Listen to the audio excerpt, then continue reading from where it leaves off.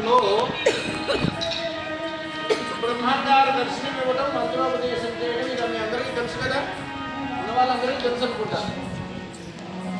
నాటి నుండి వారిని వాళ్ళ నాన్నగారు ఆ మంత్రాన్ని ఎత్తిరాయడము, పలికించడము, ఆ తర్వాత ఈ అనుష్ఠానము, ఈ సాధన చేయించుకుని ఎవరంటే వాళ్ళ తాతగారు వెంకోజీ గారు అని చెప్పి, వాళ్ళ అమ్మ వాళ్ళ నాన్నకి తమ్ముడు. ఈయనకి వివాహం లేదు, ఈయన కూడా బ్రహ్మచారి, గొప్ప సాధకుడు. ఈ గురువు గారికి ఇలా మంత్రోపదేశం జరిగినటువంటి విషయము ఆయనకు తెలుసు.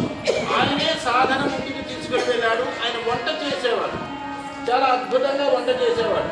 ఆయన వంటకి మెచ్చి ఆ రోజుల్లో రాచపూడి అనేటువంటి గ్రామం వాళ్ళు ఆయనకి 6 వీసాల స్థలం, 6 వీసాలంటే ఎకరం 20 సెంట్ల స్థలము ఆ భూమివరంలో ఇవ్వటము జరిగింది. అది వారు గురువు గారికే తర్వాత ఇచ్చారు. వాళ్ళ తాతయ్య గారు వారి చేత సాధన చేయించారు. చిన్నతనం నుండి గురువు గారికి వాళ్ళ అమ్మగారు యొక్క రూపం కూడా వారికి గుర్తులేదు, చూడాల. అందుకని స్త్రీమూర్తులంటే ఎవరిని చూసినా మా అమ్మ అన్నంత భావన ఉండేది వారికి. వారు ఆడవాళ్ళంటే, ఆడపిల్లలంటే, తల్లులంటే చాలా అభిమానం. అమ్మగారికి, మన అమ్మగారికి అక్షరాభ్యాసం దగ్గర నుండి అన్నీ చేయించింది గురువు గారే. అయితే అమ్మగారు 7th వరకు చదివింది. 7th వరకు చదివినా అక్షరాలు సరిగా వచ్చేవి కాదు. అమ్మగారికి ఆ తర్వాత నాగరాజ స్వామి అని చెప్పి ఆ అమ్మ కూడా గురువుగారి శిష్యురాలే. వీళ్ళిద్దరికీ ఓనమాల దగ్గర నుండి అన్నీ నేర్పించారు. చాలా విషయాలు, ఆధ్యాత్మిక విషయాలు చెప్పారు. తర్వాత వారికి వారి అమ్మగారంటే చాలా ప్రేమ. ఆశ్రమంలో ఏ విశేషమైనటువంటి కార్యక్రమం జరిగినా వాళ్ళ అమ్మకు సంబంధించినటువంటి బంగారము కొంచెం ఉంది, దాన్ని కరిగించి తీగలాగా చేసి ఇచ్చేసాము. దాంట్లో మరికొంత బంగారం కలిపి ఈ రోజుకి కూడా ఏ కార్యక్రమం జరిగినా దాంట్లో చిన్న ముక్క దాన్ని వాడతాం. తర్వాత వారికి మన ఇప్పుడు 8th 9th వయసు వచ్చేసరికి, అంటే దాదాపు 13-14 సంవత్సరాల వయసు వచ్చేసరికి వాళ్ళ నాన్నగారు కాలం చేశారు. గురువు గారి బాల్యము ఏమీ ఆడుతూ పాడుతూ సాగల.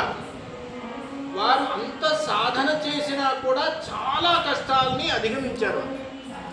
వారి చిన్నతనంలో కావచ్చు, ఒక వయసు వచ్చిన తర్వాత కావచ్చు, ఆ చుట్టుప్రక్కల గ్రామాల వాళ్ళు, దూర ప్రాంతాల నుండి అనేక మంది గురువు గారి దగ్గరకు వస్తే పంతులు గారు అని పిలుచుకునేవారు. పంతులు గారి దగ్గరకు వస్తే మన సమస్యలన్నీ పరిష్కారం అవుతాయి. ఆ ఎనుము పాలివ్వలేదు, పంతులు గారి దగ్గరికి వెళ్తే పాలిస్తుంది. ఆయన దగ్గర తీర్థం మంత్రించుకొని వచ్చి దాని కుర్తిలో కలిపితేనో, లేకపోతే ఏదైనా వారు తాడు, జనపనారుతో తాడు వేసేవారు, దిష్టి తాడు లాగా. ఇటువంటిది కావచ్చు. లేదు పిల్లలకు బాగలేదు, మాటలు రాలేదు, నడక రాలేదు, పెద్దలకు అనారోగ్యం, ఏ సమస్య కనపడినా ఆ చుట్టుప్రక్కల గ్రామాలన్న వాళ్ళకి ముందుగా గుర్తొచ్చేది గురువు గారే. డాక్టర్ దగ్గరికి వెళ్ళేవాళ్ళు కాదు, మరొకరి దగ్గరికి వెళ్ళేవాళ్ళు కాదు. ఎంత నమ్మకము అంటే, గురువు గారు ఒంగోలు వచ్చిన తర్వాత ఉప్పుగుండూరులో ఓ పిల్లవాడు, అంటే ఒక యువకుడు, బెల్లం శ్రీనివాసరావు అతని పేరు, అతను గురువు గారి దగ్గరకు వచ్చాడు. ఎందుకు వచ్చాడంటే అతన్ని పొలంలో పాము కాటేసింది. అతను నేరుగా గురువు గారి దగ్గరకు వచ్చాడు. గురువు గారు మందలించాడు, మేము మందలించాము. గురువు గారు ఏదో బ్లెస్సింగ్ ఇచ్చారు. భగవంతుని అనుగ్రహము, గురువు గారి తపస్సు ఏమీ కాలం. ఎవరన్నా అయితే ఏదన్నా జరిగితే పరిగెత్తుకుంటే ఎక్కడికి వెళ్తారు? డాక్టర్ దగ్గరకో మరొక చోటకో వెళ్తారు. అంతగా ఆ ప్రజలకి గురువు గారి మీద అంత నమ్మకం. ఏ రకమైనటువంటి సమస్య ఉన్నా కూడా సంతానం లేని వారికి గురువు గారి దగ్గరకు వచ్చిన తర్వాత సంతానం కలిగినటువంటి వాళ్ళు అనేక మంది. ఇక్కడికి గురువు గారు ఇక్కడికి వచ్చిన తర్వాత కూడా మీకు ప్రొద్దుటూరు నుండి, కడప నుండి, చెన్నూరు దగ్గర నుండి ఒక ఆటో నడుపుకొని భజనకు వస్తారు.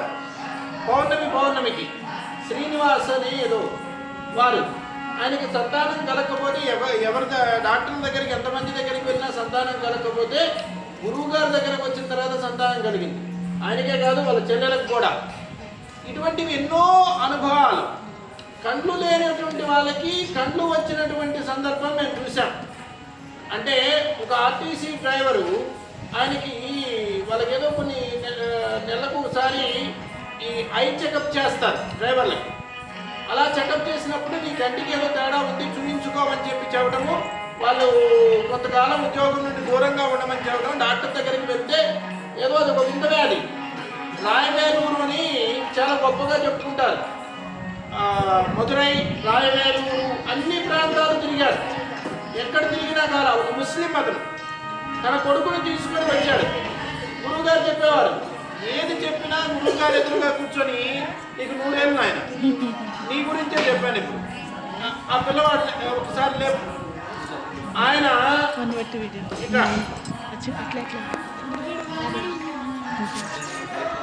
ఈయన అజలానంద స్వాముల వారి ఆశీర్వాద ఫలం.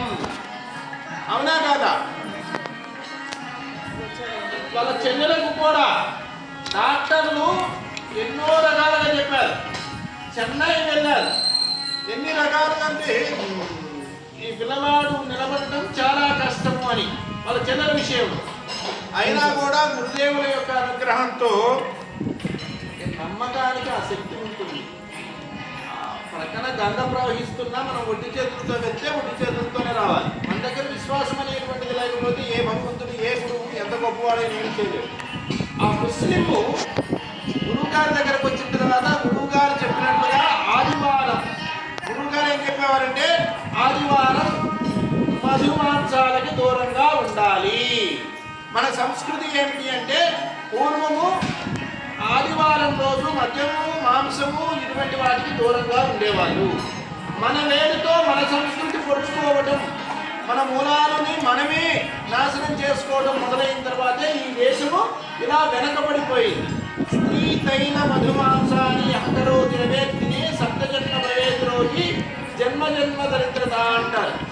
ఆదివారం రోజున ఏదైనా ఆరోగ్యం కావాలంటే ఆరోగ్యం భాస్కరాలు ఇచ్చేటంటారు. సూర్యుడికో నమస్కారం చేస్తే చాలు ఆరోగ్యం లభిస్తుందని. మిగతా రోజుల్లో వీలైనా కాకపోయినా ఆదివారమైన సూర్యుడికో నమస్కారం చేయమని పెద్దలు చెప్తారు. గురువుగారు ఏం చెప్పేవారంటే బ్రహ్మంగారికి ఆదివారం ఇష్టము, ఆదివారం నియమమున ఉపవాసం అండి ఆయన మధ్యాహ్నం పూజ చెప్పుకున్నాడు. ఇవన్నీ గురువుగారు చెప్పేవారు. తీర్థం తీసుకొని వెళ్ళి ఈ తీర్థం వాడుతూ ఆదివారం నియమం ఏకముక్తం చేయాలి, నేలపడక పడుకోవాలి, ఇవన్నీ చెప్పేవారు. ఈ నియమాలతో ఉన్నటువంటి వాళ్ళందరి సమస్యలు పరిష్కారం అయిపోయాయి.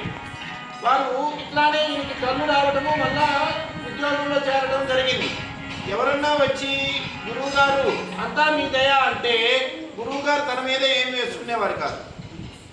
లేదు లేదు అంతా స్వామి దయ అని చెప్పి ఈ వైపు చూపించేవారు. గురువుగారి కుడి వైపున అమ్మవారి స్వామివారి చిత్రపటం ఉంటుంది. ఒక్కోల్లో గోవిందమాంబ వీరబ్రహ్మేంద్ర ఉంది. అంతా స్వామి దయ అనేవాడు. స్వామిని నమ్ముకోండి అన్ని సమస్యలు పరిష్కారం అవుతాయి అని చెప్పేవారు. ఈయన ఆశీస్సులు తీసుకొని వారు గురువుగారు చెప్పినట్లుగా చేస్తే అన్ని సమస్యలు పరిష్కారం అయ్యాయి. అయితే ఇంత జరిగినా కూడా గురువుగారి దగ్గర ఇంత శక్తి ఉన్నా కూడా తన శక్తిని తన కోసం ఎక్కడా గురువుగారు ఉపయోగించుకోవాలా. ఎవరైనా సరే వస్తే నలుగురు వస్తే చాపలేకపోతే తన ఉత్తరీయం తీసి తన చాప వాళ్ళకిచ్చి తన ఉత్తరీయం వేసుకొని పడుకున్న రోజులు ఎన్నో గురువుగారి జీవితంలో. సాయంకాలం 7 గంటలప్పుడు 8 గంటలప్పుడు ఉదయం అంతా ఒక్కడే పూజ చేసుకోవాలి, అలంకరణ చేసుకోవాలి, అన్నీ చేసుకునేసరికి ఆలస్యం అయ్యేది. ఆయనకి నైవేద్యం పెట్టినట్లు అంటే గురువు బ్రహ్మంగారికి నైవేద్యం పెడితే బ్రహ్మంగారు తిన్నట్లుగా భావన కలిగితేనే ఆయన మనస్సులో అలా సాక్షాత్కరిస్తేనే ఆయన బయటకు వచ్చేవాడు. లేకపోతే ఎన్ని గంటలైనా ఆ ధ్యానంలోనే ఉండేవాడు. కాబట్టి గురువు గారికి పూజ చాలా ఆలస్యమయ్యేది.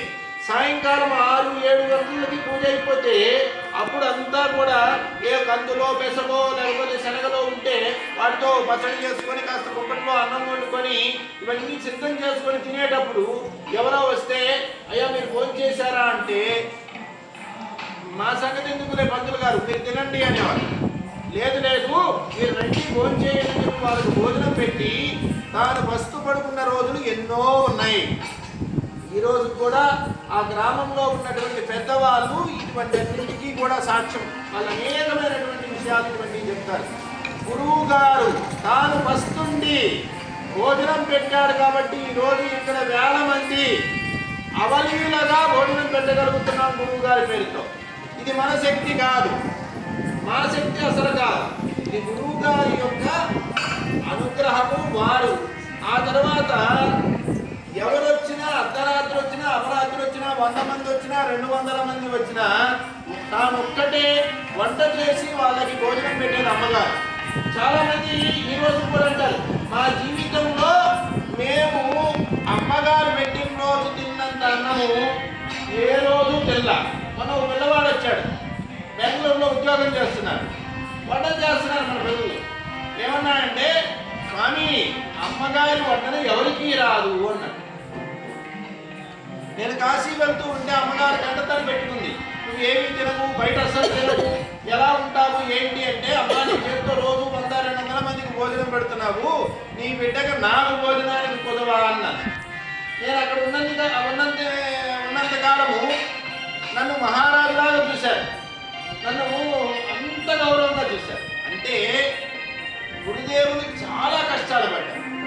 ఎన్ని కష్టాలు పడ్డా తన లక్ష్యాన్ని వదిలిపెట్టలా, తన ధర్మాన్ని వదిలిపెట్టలా. ఈరోజు కాలజ్ఞానము ముద్రంలోకి వచ్చింది అంటే అది గురువుగానే కారణం. ఆ వన్యవనం అనేటువంటి గ్రామము తినడానికి తిండి కలిగినటువంటి రోజు నుండి ఈరోజు ఆ చుట్టుప్రక్కల ప్రాంతాల్లో అది ఒక సంపన్నవంతమైనటువంటి ప్రాంతంగా ఎదిగింది. అంటే ఆ గ్రామంలో ఈశాన్యంలో బ్రహ్మంగారి ఆలయం నిర్మాణం చేసిన తర్వాత దాని వెలుగు మారిపోయింది. కాబట్టి ఇటువంటివి ఎన్నో గురువు గారి జీవితంలో వారి ప్రతి ఆచరణ మనకు ఒక పాఠమే. వారు జీవులను చూసే విధానము, జీవుల మీద వారు చూపించే ప్రేమ నాకు 1000 జన్మలెత్తినా కూడా రాదేమో. ఏది చీమకి కూడా హాని కలిగించినటువంటి హృదయం వారిది. మన దగ్గరగా చూసాం, మీలో కూడా కొంతమంది చూసి ఉండవచ్చు. కాబట్టి గురువు గారు ఇక్కడ ఉండటం, అన్నింటికి మించి ఒంగోలు ప్రాంతం వాళ్ళు చాలా మంది ఏమనుకుంటారంటే, గురువు గారు 40 సంవత్సరాల పై వరకు వారి జీవితం బొమ్మెవరం అనేటువంటి గ్రామంతో ముడిపడి ఉంది. ఆ తర్వాత చివరి వరకు కూడా ద్వితీయార్థం, మొదటి సగభాగం బొమ్మెవరంతో ముడిపడి ఉంటే రెండవ సగభాగము ఒంగోలుతో ముడిపడి ఉంది. కానీ మనందరి అదృష్టం ఏమిటి అంటే, ఆయన బొమ్మెవరాల్లో ఒంగోలులో ఎంచుకోలే, తోట్లపల్లిలో వచ్చి కూర్చున్నాడు. చాలా మందికి గురువు గారి శిష్యులకి అదొక అసంతృప్తి ఉంది. గురువు గారు మా దగ్గర ఉంటే మేము ఎప్పుడు చూసుకోవడానికి బాగుండేది కదా, మాకు ఈ అదృష్టం లేకుండా పోయింది అంటే, వాళ్ళకంటే మీరంతా అదృష్టవంతులు కాబట్టి గురువు గారిని వెతుకుతూ మీరు వెళ్ళా. భగవంతుడు కొంతమంది భక్తుల్ని వెతుకుతూ వెళ్తాడు. ఇంకా వాళ్ళ యొక్క అర్హత చాలా గొప్పది. చూసిన వాళ్ళకి వాళ్ళలో ఏం గొప్పతనం ఉంది అనేటువంటిది అర్థం కాదు, కానీ వాళ్ళ గొప్పతనం ఏంటో భగవంతుడు తెలుసు. గురువులు కూడా అంతే. కొంతమంది గురువుల్ని వెతుకుతూ వెళ్తే గురువులే కొంతమందిని వెతుకుతూ వచ్చారు. ఈ కడప జిల్లా చేసుకున్న భాగ్యం ఏమిటో చూడండి. గురుదేవులు ప్రకాశం జిల్లా నుండి ఇక్కడికి వచ్చారు. ఎందుకోసం వచ్చారు? బ్రహ్మంగారు ఇక్కడ కూర్చున్నారు. ఆ బ్రహ్మంగారు ఎక్కడి నుండి వచ్చారు? కాశీ నుండి. ఇంకెక్కడ దేశంలో ఎక్కడ చోటు లేదనుకున్నట్లుగా కడప జిల్లా కందిమల్లాయపల్లికి వచ్చారు. ఓ మారుమూల కుగ్రామం, ఈ గ్రామానికి వచ్చారు. అక్కడ కూర్చొని ఉన్నారు. ఆయన్ని వెతుకుతూ గురువు గారు ఇక్కడికి వచ్చారు. తర్వాత ఆ వైపు ఉన్నటువంటి నారాయణ స్వామి, ఆయన కూడా ఈ ప్రాంతం కాదు, బహుశా కర్నూలు జిల్లా నుండి వచ్చారనుకుంటారు. తర్వాత ఇక్కడ కొండమోటుపల్లి దగ్గర స్వామివారు ఉన్నారు, ఆయన బయట నుండి వచ్చినటువంటి వారే. కాశీనాయన నెల్లూరు జిల్లా నుండి కడప జిల్లాలోకి వచ్చాడు. ఈ నెలకేదో శక్తి ఉంది మీ అందరిలో, మీ అందరి పూర్వజన్మ సుకృతం ఏదో బలంగా ఉంది. వీళ్ళందరూ వచ్చి మన కోసం ఇక్కడ కూర్చున్నారు. కాబట్టి మనం చేయవలసింది ఏంటి అంటే, మన బోధనలు తెలుసుకోవాలి.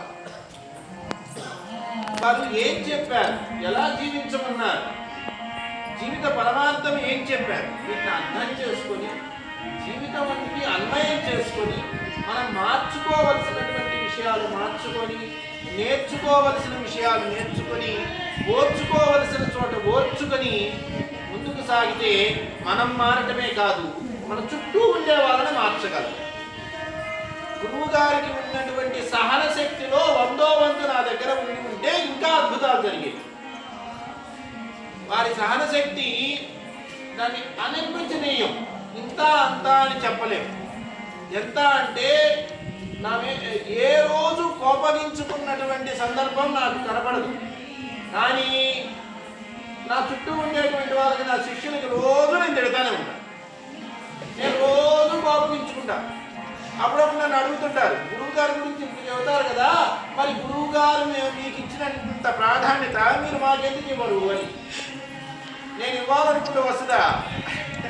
అది మానసికమైనటువంటి ఒక స్థితి. నేను కూడా గురువు గారి నుండి చాలా విషయాలు నేర్చుకోవాల్సి ఉన్నాయి, నేర్చుకునేటువంటి ప్రయత్నంలోనే ఉన్నాను. కాబట్టి మీరంతా కూడా, మనమంతా ఆ గురువు గారి తత్వాన్ని తెలుసుకుని, వారి జీవితంలో ఘట్టాన్ని తెలుసుకుని మార్చుకోవాల్సిన విషయాలు మార్చుకోవాలి. మనలో ఓర్పు పెరగాలి. మనలో ఓర్పు పెరిగితే, సహనం పెరిగితే, గురువు గారు మమ్మల్ని అందరినీ మార్చారు. మమ్మల్నే మార్చగలిగినప్పుడు, నా నోటి వాడిని మార్చగలిగినప్పుడు, సిద్ధానంద స్వామి లాంటి వారిని మార్చగలిగినప్పుడు, అంటే మీకు ఇప్పుడు కనిపించేటువంటి సిద్ధానంద స్వామి కానీ, విరజానంద స్వామి కానీ అమ్మా చాలా ఉత్తమంలాగా మీకు అనిపించవచ్చు. అలా ఏం కాదు. నా నోరు తెలిస్తే సంస్కృతం పలికేది. రోజు ఒక తగాదా వచ్చేది, పిల్లల్ని కొట్టడము అన్నీ. ఈ విషయం ఆ విషయం అని కాదు. మమ్మల్నే తీర్చిదిద్దగలిగినప్పుడు, మాకంటే మా ప్రయాణం ఎక్కడ మొదలయ్యిందో దానికంటే మీరు కొన్ని 100 అడుగులు ముందున్నారు. మీరెందుకు మారు? మీలో ఆ దైవశక్తి ఎందుకు ప్రచోదనం కాదు? కాకపోతే మనం ఆయన పాదాలు పట్టుకోవాలి. ఆయన పాదాలు పట్టుకుని ఆయన నడిచిన దారిలో మనం నడవగలగాలి. నడిస్తే అన్ని అద్భుతాలు జరుగుతాయి. సరే, మనందరి భాగ్యం, గురుదేవులు మన మధ్యలో కూర్చొని ఉన్నారు. ఏ సమస్య అయినా ఆయన దగ్గరికి వెళ్ళి చెప్పుకుంటే, ఏ కష్టమైనా ఆయనతో అనుకుంటే అన్నీ నెరవేరుతాయి. చాలా మందికి మనకు అనుభవం ఉంది. నాకైతే ఆ రోజు నుండి, వారు ఉపాధి సహితంగా ఉన్న రోజు నుండి ఈ రోజు ఉపాధి మన మధ్యలో లేకపోయినా నాకు ఎన్నో అనుభవాలు. ఈ వ్యవస్థ నడుస్తూ ఉంది అంటే నా వెనక, నా ముందు, నా ప్రక్కన, నా అన్ని వైపులా ఆయన ఉండి నడిపిస్తున్నాడు. నేను ఎక్కడికన్నా వెళ్తుంటే నాకంటే ముందు ఆయన వెళ్తున్నాడు. నేను ఎక్కడికన్నా వెళ్తూ ఉంటే నాకు ధైర్యంగా నా వెనక ఆయన నడుస్తున్నాడు. అన్ని వైపులా ఆయనే ఉండి సంరక్షించుకుంటున్నాడు. కార్యక్రమాన్ని ముందుకు తీసుకెళ్ళగలుగుతుంది. అది నాకు స్పష్టమైనటువంటి అనుభూతి. కాబట్టి మీలో కూడా చాలా మందిగా అనుభూతి ఉంటుంది. అందరం స్వామి పాదాలు పట్టుకుందాం, ముందుకు సాగుతాం.